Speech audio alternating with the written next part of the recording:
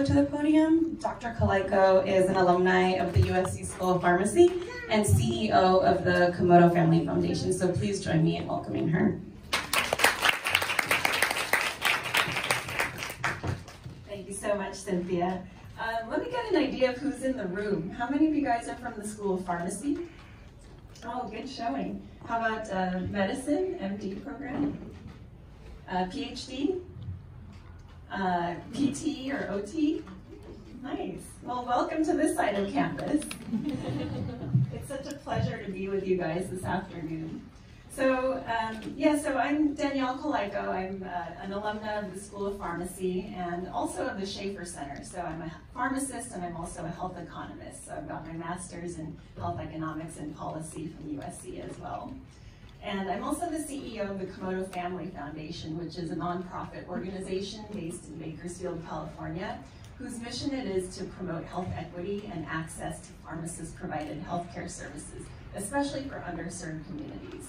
So part of the work that we do is outcomes research. So the research that we do and the studies that we do showcase the value of what can happen in terms of patient outcomes when you put a pharmacist on the healthcare team, collaboratively working with physicians, with nurses, with other healthcare professionals, practicing at the top of their licenses. And also we do some direct community outreach. So we work with, we do like health education events and things like that for the farm workers of Kern County. So I want to acknowledge that today I've got with me the two most important women in my life. My mom, Candy, who together with my dad, who's with us from heaven, had 6 kids, immigrated from the Philippines, and put all 6 of us through college. And so they made it possible for me to be here with you guys. And also my daughter, Audrey, who inspires me to be a better human, and who's part of the future of women in leadership, just like you guys. And I've got my husband, Kevin Komodo, who's a pharmacist also, and a leader in his own right, and whose love and support have gotten me through, some of the hardest times. So I want to share a recent story with you guys that I think might resonate in some ways. I was sitting in a yoga studio a few weeks ago, waiting for class to start, and we were conversing about flu shots. And so I started sharing some information about vaccines and things like that. And at some point, one of them asked me, "Do you work in a doctor's office?" And I said, "No, I'm a pharmacist." And then I spent the next 5 minutes giving out free health advice in an impromptu Q&A session. But I noticed something about that question, which was completely benign in intention, right? But it also kind of speaks to something underneath it. The question wasn't, "Are you a doctor?" Which would have been just as reasonable an assumption, right?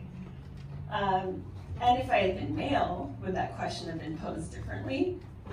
We'll never know. But it does, I think, speak to some of our underlying internalized biases.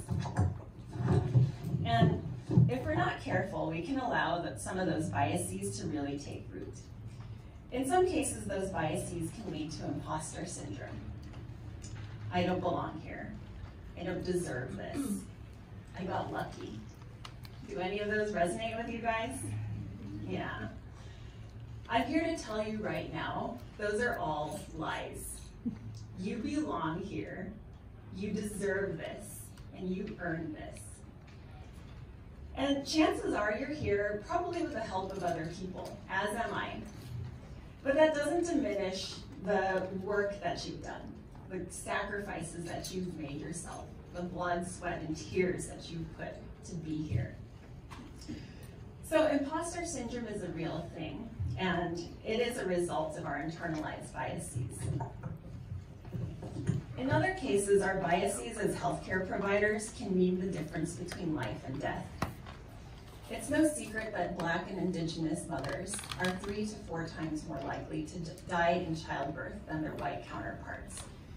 And that's after controlling for things like income and educational attainment. The American College of Obstetricians and Gynecologists has acknowledged that systemic racial bias in our society and in our healthcare system are significant contributors to this tragic disparity. I experienced a taste of this firsthand when 3 weeks after giving birth to Audrey, I had a massive postpartum hemorrhage.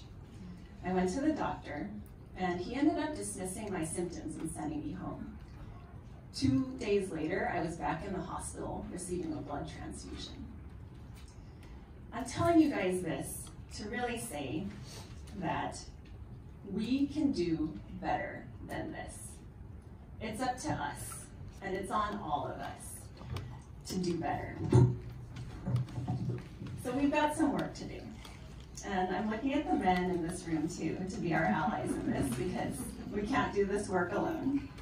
But something tells me that your presence here today means that you're willing and able to take up that effort with us. So thank you for being here. Now, each of us in this room has our own lived experience. Some of us as women, some of us as people of color, and some folks who are part of the LGBTQ community. For some of us, we have some additional burdens to bear just by virtue of who we are and what our identities are. But remember, you're here because your ancestors are survivors. You're made of resilience. So how do we change the narrative from victimhood to resistance? I like to propose the radical idea of self-care. Yes, I'm looking at you, and I'm looking at you, and you.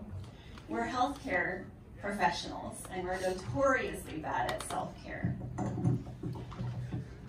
But whatever that looks like for you, self-care, whether it's going to therapy, whether it's taking medications, maybe it's finding your people in an affinity group or a faith-based community.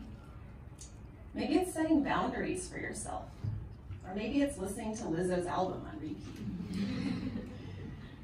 Through self-care, we can turn adversity into empathy, and we can bring that into our patient interactions and our client interactions.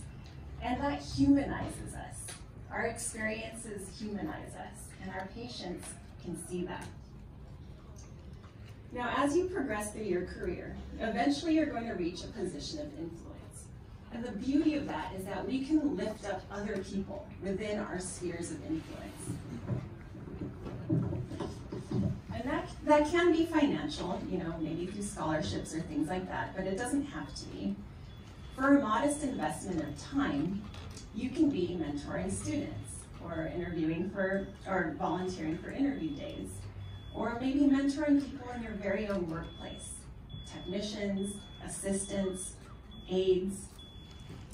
Or maybe it's going back to your high school or elementary school and showing the kids there what they can be. Because if they can see it, they can be it. Because whether you realize it or not, by virtue of where you are today, a health sciences student at USC, one of the premier universities of the United States, you are somebody else's idea of goals. You belong here, you deserve this, and you earn this. Now let's go out and transform healthcare. Thank you.